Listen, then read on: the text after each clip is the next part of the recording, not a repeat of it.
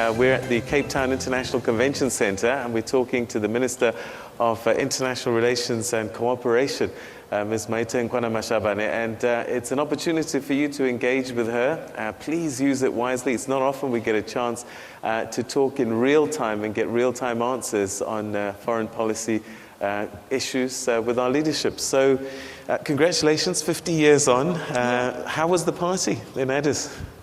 Well, it was quite a humbling experience and an honor to represent one's country, led by our president and his delegation, to this very, very historic occasion. As I said to you, when we met this time around, things had changed.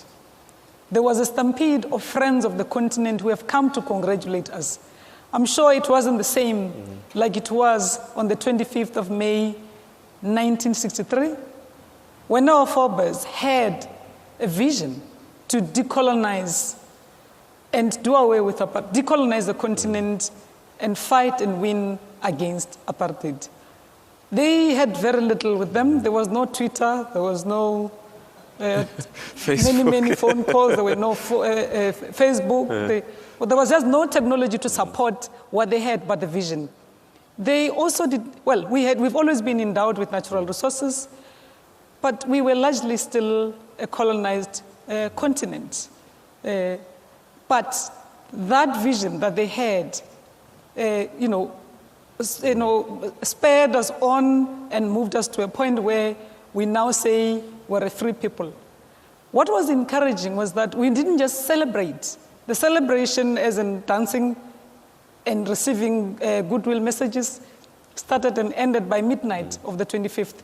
On the 26th, we got back to business. We actually even had a timer on contributions made by heads of states, so that we now look at a true debate of Pan-Africanism and African Renaissance, adoption of our strategic plan, and also Vision 2063. So we left there with a strategic plan, with a vision, but what also humbled me, we had all representatives of the African people from all sectors of our society, from children to youth, to women, to business, in particular, African people in the diaspora. Right. So how are we going to get them to come back home? Well, we live in a global village.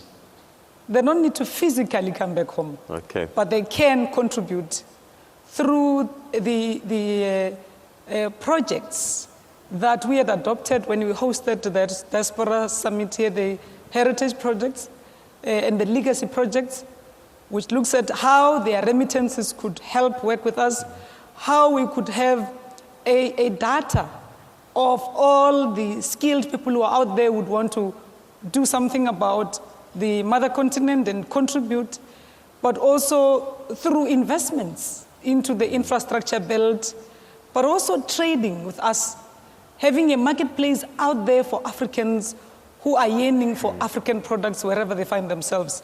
So they are a resource out there. All right, there's so much to get through, but perhaps you've outlined your successes and the things that we've done well. Maybe what has been the most challenging things that you had to deal with in the past year? Well, one thing that we have to deal with as Africans, remember South Africa's foreign policy is anchored on our African agenda. So there's no successful, dynamic, an all-round South African that puts aside, historically, even during the struggle, South Africans have always been very much part of the African agenda. The African National Congress and other liberation movements were represented at the actual formation of the OAU, even though South Africa as a government was a pariah state. The biggest challenge is, because we are not an island, because we are very much an integral part of this continent, issues of peace, security, and development, as I said, are intertwined. What humbled me was this very, very important and historic decision of our leaders that we need a rapid response intervention force, which has to be activated with immediate effect, while all other mechanisms of that which has been agreed upon in the past comes into being through our ministries and departments of defense and security and our chiefs of generals of, who are responsible for defense. But in the meantime, there were more than 10 countries. There was a special decision taken on activating this force in the interim while we are putting other modalities in place.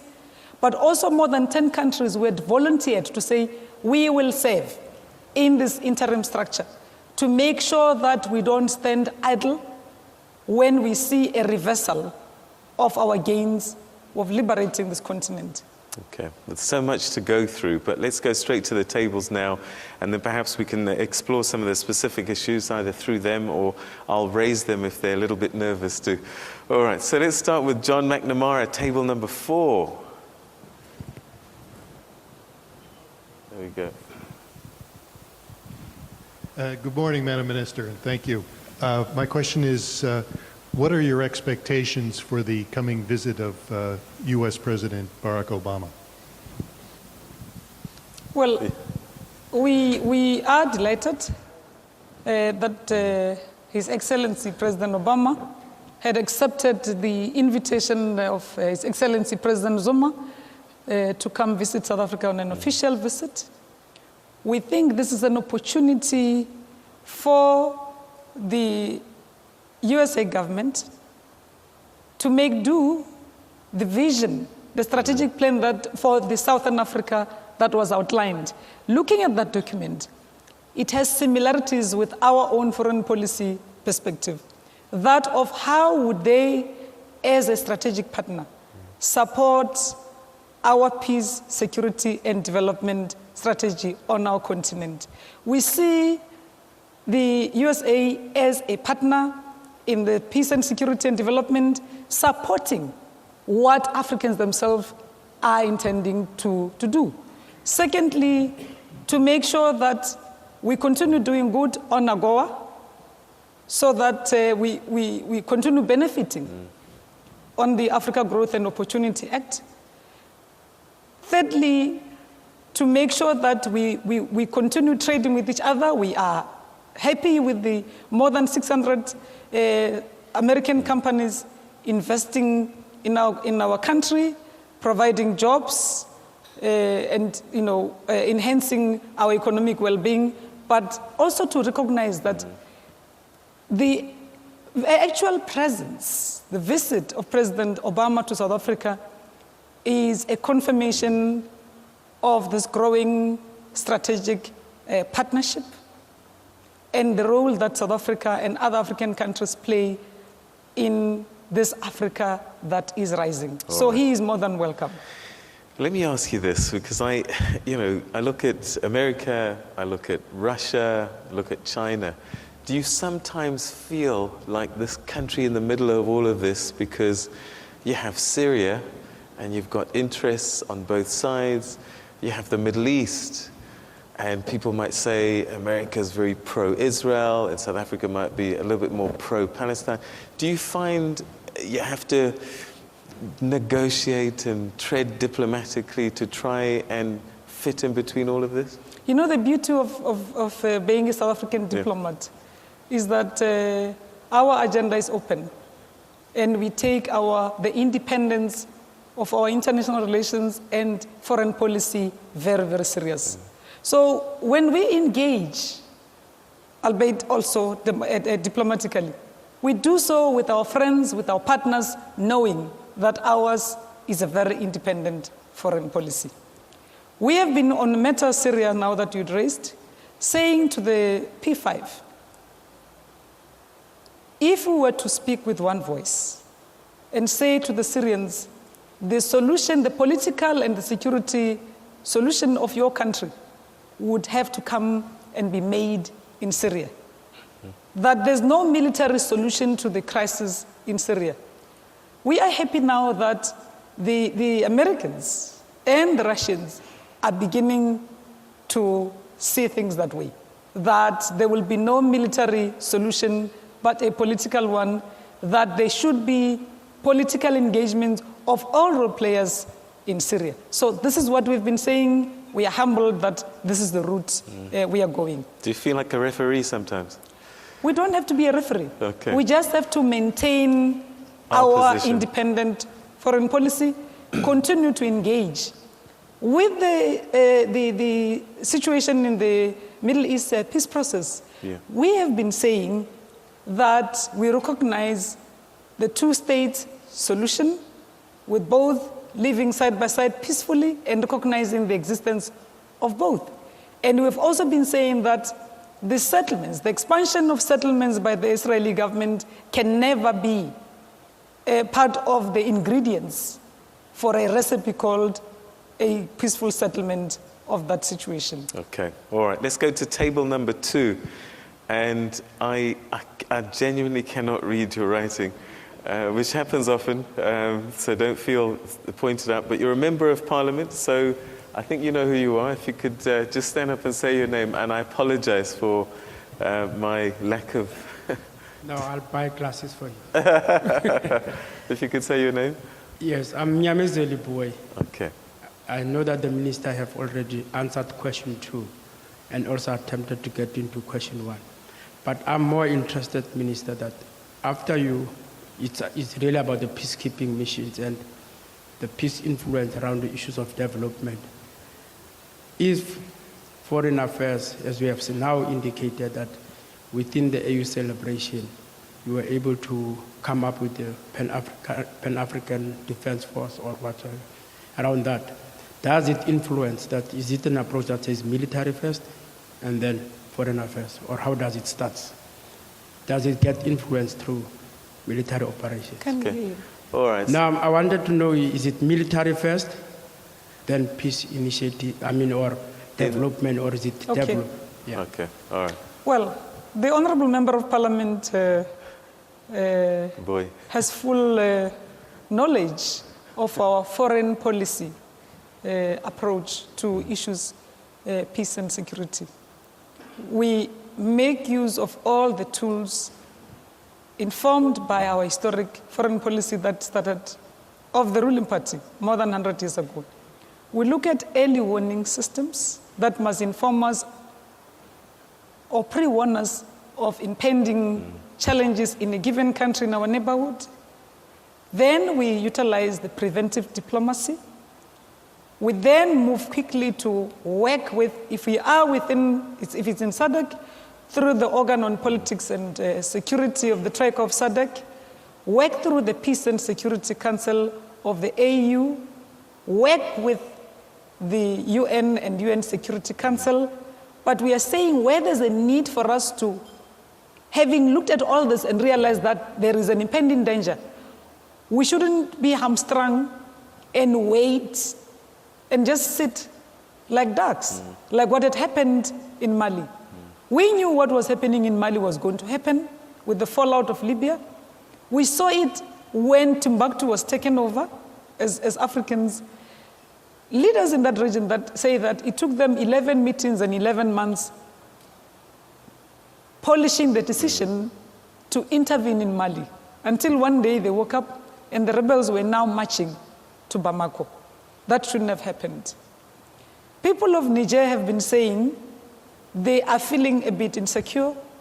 The intelligence we have been receiving information through diplomatic channels were that there is an impending insecurity in Niger. We shouldn't have waited and then start reacting in the manner that we should.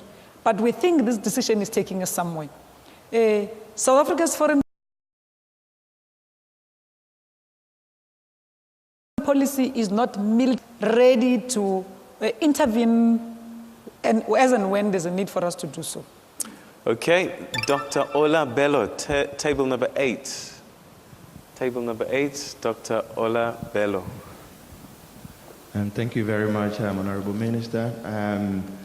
As I'm sure you are aware, the 6th Global Conference of the Extractive Industry Transparency Initiative is just concluded in Australia.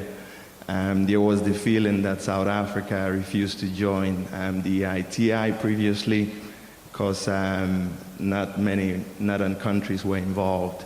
I think that's now changing. We've seen the UK, France, and the United States expressing the intent to join, and that will possibly happen within the next year. Also, as ministers argue in this country, the regulatory environment here in South Africa is fairly advanced. So we tend to think perhaps the ITI provides an opportunity for South African regulatory best practices not to be regionalized just within the SADC, but in a wider global context. And I think thirdly, extractive jurisdictions within Africa that are better regulated as a result of the ITI, in fact, promote South African business and diplomatic interest. Would you be offering some leadership in this respect, making sure that South Africa is engaging with this framework and possibly joining sometime in the future? Thanks. Okay. You know, it's holding the mic All very right. close. To put the microphone close to you. No, it's a little Yeah. bit further. Okay. I'm sorry. All right, and will very you be briefly. providing some leadership to ensure that South Africa joins the Extractive Industry Transparency Initiative, the EITI. I think there are a number of very good reasons for making this case. It's good for South African business interest within Africa and beyond. I think South Africa can also engage its African peers in terms of lesson learning and experience sharing within this framework. And a lot of the northern countries that previously refused to join, including the UK, we created it and drove it initially and then refused to join it. It's a proposal. They're now coming within. Okay, thanks very much. Well, it's a proposal. I think we can take the next question. Okay, all right. Table 14, Kay Sekhwale. Minister, good morning. Thank you very much for taking my question. You spoke about the US and President Obama coming to visit South Africa soon. And one thing that concerns a lot of South Africans is the neo-colonialist sort of attitudes that the US has towards Africa and undermining AU policies. What are your views on that? You know, one of the leaders or presidents who spoke at the celebration of the 50th anniversary of our union said, when are Africans going to stop complaining about what other people do to them and start defending that which they think it's important for them? If we are united, we are strong, there will be nobody who even has the edge to want to come with neocolonialism, because we'll set our agenda straight. Because I don't remember the American government saying they're coming to South Africa or to Africa and the agenda openly is neocolonialism. They say they want to build strong, reliable, dependable partnerships. So we should set the game, the rules of the game on how we want to engage with the international community right, so that they're predictable, so that we stop the blame game. You can't say I was cheated once, then I will be cheated second time. I don't know what that means. So all I'm trying to say is that we look at the pronouncements of the USA government led by President Obama on how he says they truly want to engage with ourselves. We look at what in practice is prevailing on the ground. We look at our national interests and then see how we could strengthen this partnership. But you yourself have said that financial dependency is something we need to address. So some countries may have already sold their souls a little bit because they are dependent financially and they can't afford to upset their benefactors. Well, we spoke in one voice and in unison, particularly on the actual resources that finance the administration of the AU currently. We moved from almost 90% to 44% of actual ownership of the administration of the AU. Through former President Obasanjo's high-level panel committee on alternative sources of funding. We also want to start looking at how we could reverse that as far as operational and programs funding is concerned. We will always have partners or partnerships, but we need, and we all agree, we need to diversify. The global economic and financial situation in the world say we cannot continue depending on the few friends we have. We have now diversified our engagements with the international community, so it shouldn't be just the old same friends that support our programs. But the other call that was made during this just concluded summit was another fund which specifically looks at opening an opportunity for the likes of Mr. Mkhonazi's institution to contribute to the AU. By that I mean African business. We now have billionaires on this continent who really can, who are proudly African, who can contribute to Vision 2063. All right, okay. I'm going to take one more question, then we'll go to a quick break. Claire Trezeguet, table number 8. Claire Trezeguet. Good morning, Honorable Minister. If I could just ask you to be brief, hey? Thank you. Okay, good. My name is Claire Trezeguet. I'm original from the DRC Congo. My question is to talk about how come the SI government want to recognize the M23 as a political party? Because for me, the M23 actually, they're the people that's actually raping, killing people around our East region. Okay. M23, why are you recognizing them as a political party when he claims, alleges that they are the ones that are raping and causing crimes in their country? Well, I'm sure my learned friend here knows the status of the organization that he just refers to, that I can't even remember the name thereof. Yeah. He knows that the claim he's making that we are recognizing those people is not true.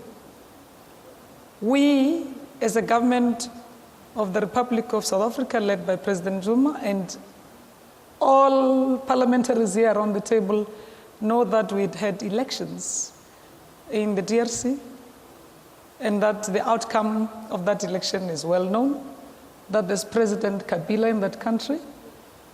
We also know that there are negative forces, that Congo has never experienced true peace since the time of the 60s when the late Patrice Lumumba was killed, that at the moment SADC and the ICGLR are engaged in finding peace to intervene exactly on the matter that he's referring to. There are several negative forces who call themselves by different names and formations, and they keep replicating themselves. So I think that question from our friend from the DRC is very, very unfair. Okay. Just with all the sacrifices and all the time that SADC, that the ICGLR, that the African Union and the international community put, it's going to take the people of Congo to build durable peace amongst the Congolese, supported by all of us, SADC, ICGLR, AU, UN, and all. No amount of external support can never take the place of the people of the country themselves to want to sustain peace. No amount of military intervention would ever take political cohesion within the country. We stand ready to continue working and supporting our brothers and sisters in the Congo so that we protect the most vulnerable women and children and all that right. They also experience peace and that they also become one of the rising stars of this Africa that's rising. Not too far away, Central African Republic. Perhaps you can give us an update there. I mean, it must be difficult having to deal directly with someone who was responsible for killing our soldiers. In fact, another one's been buried this week. It must be a challenge for you, diplomatically, to be dealing with the head of the Seleka rebels, who's now de facto, I guess, head of state. And at the same time, this is a man that's killed our soldiers. Well, South Africans, let me start by paying my respect and condolences to the deceased soldier, South African soldier. May his soul rest in eternal peace. And also then go to the issue you're raising. South Africa is an integral part of this continent. So, as I said earlier on, the decision that was taken at the AU, that we should all stand ready to intervene as a union when challenges like the ones that happened or took place in the Central African Republic take place. We should not allow any rebel movement in any corner of the continent to reverse the gains and the noble sacrifices that our forebears undertook in 1963 or even earlier. We should continue working on the democratic agenda. It's going to be painful, but that's the only route to go. That respects human rights, good governance, rule of law, and all that. You are talking about instability. When we were at the AU, we were also informed that children in the Central African Republic, despite the raping, the maiming, and killing, and the looting, very few or none of the children, school-going children, will write final exams come this June because they just can't go to school. So you have a whole generation that's being lost in the strife. Now, this is not a South African problem. It is a problem, a challenge for all the leaders in the continent, starting with the region of ECAS, where Central African Republic belongs. Central African Republic is a strategic country. It's at the center, at the heartbeat of our continent. It's one of the biggest countries in the continent. It's a country sharing borders with several other countries. We cannot have a failed state there. Yes, South Africa does not condone governments that come by, somebody, killing, maiming, and then wake up one morning and say, I'm, declaring myself the head of state. It is the people of Central African Republic who said they will put a committee in that will rule that country in transition in the 18 months. They themselves, 100 formations, decided that he will be part of that particular committee. The Prime Minister, who was appointed through the Libreville decision of the ACAS region, came to explain the situation to us. The AU is seized with the matter, and it shall take more than just South Africa to resolve that problem. All right, on that note, we'll take a quick break, and when we come back, we'll continue to ask foreign policy questions.